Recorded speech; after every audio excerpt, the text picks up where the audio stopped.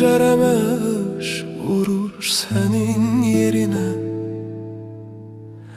adını pıçıldayır küley gecelerine.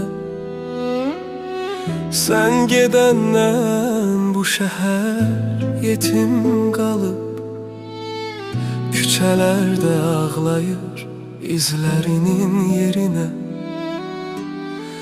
Divarda kölgen kalıp, sen yoksan artık, saatler dayanıp o vida anında. Yüreğim seni hele çağırır inadla. Sensiz geçen her gün biraz daha karanlıkta. Sen gedenden sonra mən deyiləm. Gülüşüm ya sükutum sen hele de.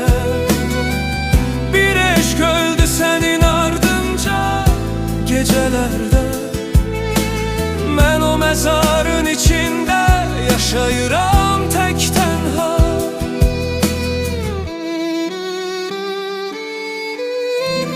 Ellerin istiydi, indi soyuq xatirə.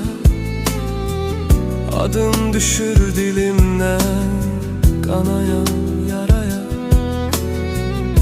Bir kal demedin, bir defa dönmedin. Beni bu sessizliğe tek bıraktın asanlıkla. Şekillere bakıram, gülümseyen biz. O biz indi yalnız köhne bir yalandı. Sevgi deyirdik, gelecek kururduk. İndi gelecek senin olmayan bir boşluktu.